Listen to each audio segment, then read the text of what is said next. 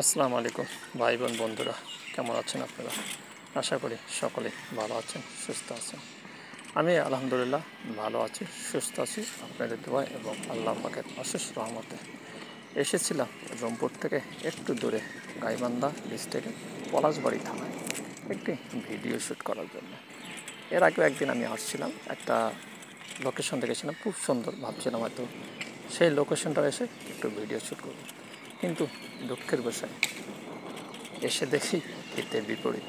অর্থাৎ যে জায়গাটা এসেছিলাম ভিডিও শ্যুট করতে, তখন এটাতে পানিতে ভরপুর ছিল আর জেলেরা মাছ মারতেছিল।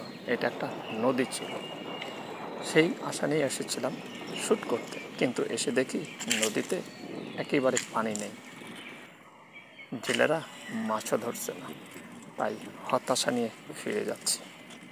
বা সুন্দর ঘোড়ার গাড়ি, তা যাক, যা বলতেছিলাম। তাই হতাশা নিয়ে ফিরে যাওয়ার সময় একটি অটো রিক্সা নিয়ে নিলাম রিজার্ভ করে, এবং রিক্সাওয়ালা ভাইকে বলেছিলাম, ভাই রিক্সাটা জোরে টানবেন না, একটু ধীরে ধীরে যাবেন, কারণ আমি একটি কাজে এসেছিলাম, কাজটা সম্পূর্ণ করতে পারিনি, একটু মনটা খারাপ। তাই এখান থেকে ফিরে যাচ্ছি, যাওয়ার পথে আশপাশে যেটুকু পারি কিছু ভিডিও করব, একটু সহযোগিতা করবেন। রিক্সাওয়ালা ভাইও আমাকে যথেষ্ট সাপোর্ট দিল। ঠিক আছে ভাই, আপনি আমাকে যেভাবে বলবেন ঠিক সেই স্পিডে আমি আমার রিক্সার গতি বাড়াবো এবং স্লো করব। যেই বলা সেই কাজ, সেভাবেই সেই রিক্সা কখনো একটু জোরে কখনো একটু স্লোভাবে রিক্সাটা টানছিল। এটা ব্যাটারি চালিত অটো রিক্সা। মাঝে মধ্যে আপনারা অবশ্যই দেখতে পাচ্ছেন সুন্দর প্রকৃতির দৃশ্য। আসলে গ্রাম মানেই প্রকৃতি, সবুজে ঘেরা। আসলে গ্রামে অনেক পরিবর্তন হয়ে গেছে। এখন গ্রাম আর সেই গ্রাম হয়তো নেই, অনেক ডেভেলপ হয়ে গেছে, আধুনিকতা কিছু ছোঁয়া লেগে গেছে। পরিপূর্ণ হয়তো ছোঁয়া লাগেনি, কিছুটা হইলেও তাদের পরিবর্তন ঘটেছে। আসলে রাস্তার দুই ধারে অসংখ্য ইউক্যালিপটাস গাছ, দেখতে অসাধারণ লাগছে, ভালোই লাগছে, একেবারে যে খারাপ তা না। যাক, রিক্সাওয়ালা ভাইকে অনেক কথা জিজ্ঞাসা করছি, সেও আমার প্রশ্নের উত্তর দিচ্ছে, আমিও তার সঙ্গে সুন্দর সুন্দর কথা বলছি, গল্প করছি দুজনে।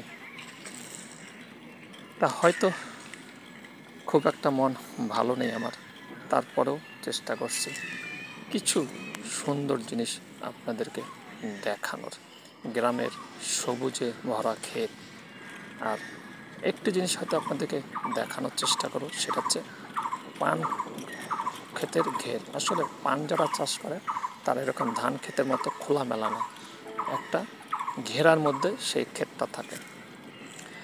আসার পথে চেষ্টা করেছিলাম একটা পান খেতে ঘেরের মধ্যে ঢোকার জন্য, কিন্তু মালিক পক্ষ অনুমতি দেয়নি, কারণ পান খেতে সচরাচর সবসময় প্রবেশ করা যায় না, এখানে কিছু বিধিনিষেধ আছে। এই দেখুন একটি পানের ঘের, দেখেন চতুর্পাশ দিয়ে ঘেরা, এখানে প্রবেশ করতে পারিনি, তাই পান ঘেরের ক্ষেতটা আপনাদেরকে দেখাতে পারলাম না। তাই দূর থেকেই দেখিয়ে দিচ্ছি পান ক্ষেত কীভাবে চাষ করা হয়। তারপরে আবার যথা রওনা দিলাম, বাসায় ফিরে আসতে হবে, অর্থাৎ পলাশবাড়ি বাস স্ট্যান্ডে আসতে হবে। মাঝে মধ্যে কিছু পান ঘের আপনাদের দেখানোর চেষ্টা করছি। রিক্সাওয়ালা ভাইকে বলছিলাম যে, ভাই কোনোটাতে কি যাওয়া যাবে? কয় না ভাই, দিবে না। যাক, আর চেষ্টা করলাম না, ফিরে আসলাম। যেহেতু আজকে কোনোটাই সফলতা অর্জন করতে পারছি না, মনটা একটু খারাপ। ভাই বোন বন্ধুরা, ভালো থাকবেন, সুস্থ থাকবেন, আল্লাহ হাফেজ।